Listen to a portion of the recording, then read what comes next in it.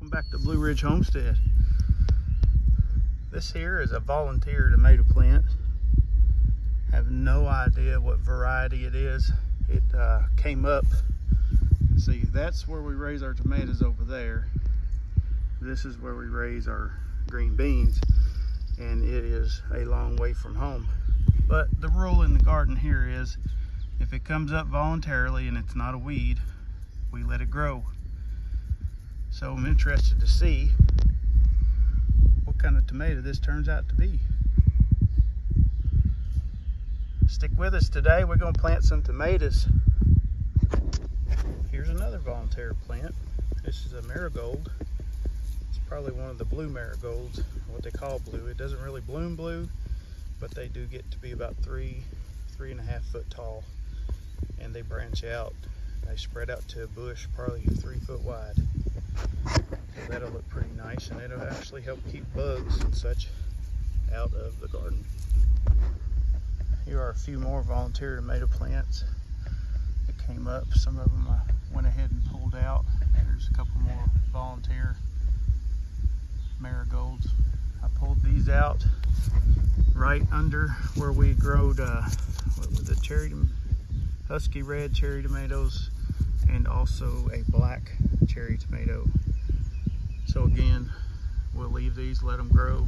I'm going to transplant those, and we'll see what they turn out to be. This is our tomato trellis setup. It's basically a cattle panel, 16 footer. I got 3 T-posts to hold it up. I set it about 16 inches off the ground. These tomato plants will come up, and once they get here, we will go ahead and clip them on. These little clips, you can get them from several different websites, but they are, I actually got these from Wish. You get a bag of like 500 of them for next to nothing. Might take a minute to get them here, but basically the tomato plant will grow here on up, but you'll clip the tomato plant in between that. Hello, bumblebee. And it'll hold it up, and then next rung it go up and up and up. Once they get, you know, a couple feet above the first one, you can take this off and move it up, and that'll save you your clips. Now, that's how we do it. Got a variety this year. We've got Big Boys, Super Sweet 100, some Brandywines, and we got a pile of them there that we're gonna plant here in a minute. Some Super Marzanos, which are good for salsa, tomato paste, tomato sauce. Got Lemon Boys, Carolina Gold, pineapples, so several different varieties. You want to start by grabbing your tomato plant, gently pinch the bottom of the pot. That will allow the roots to release a lot easily from the pot. Then you want to take all the leaves all the way up to the top 2 to 3 branches. Be careful not to pinch the bud out of the top of the plant. As you can see in this photo, I have removed all of the leaves. I will plant this whole stalk into the ground, and every bit of it will take root.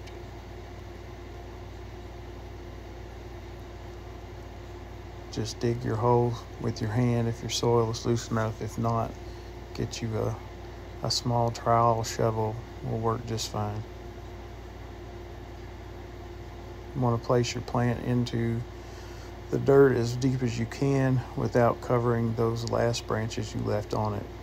Again, the whole stalk will root. As you can see in this photo, I have planted it all but about 1 inch of the stalk up to the last branch that I took off. This is an old gate I bought at a swap or off of a friend, maybe. I think gave like 20 bucks for it or something. It makes a really nice trellis for these tomatoes. And just do the same thing as you would with a cattle panel. clip them on. I planted all the yellows and stripes and lemon boys over here, all in one row.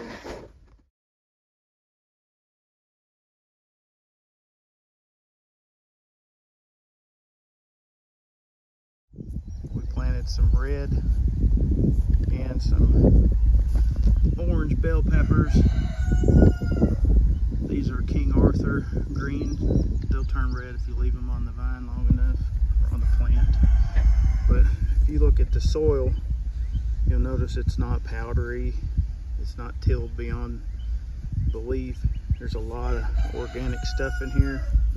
See, this is some straw that I got after Halloween. A lot of times if you watch Marketplace, people will put it on there free, come and get it after they get done decorating.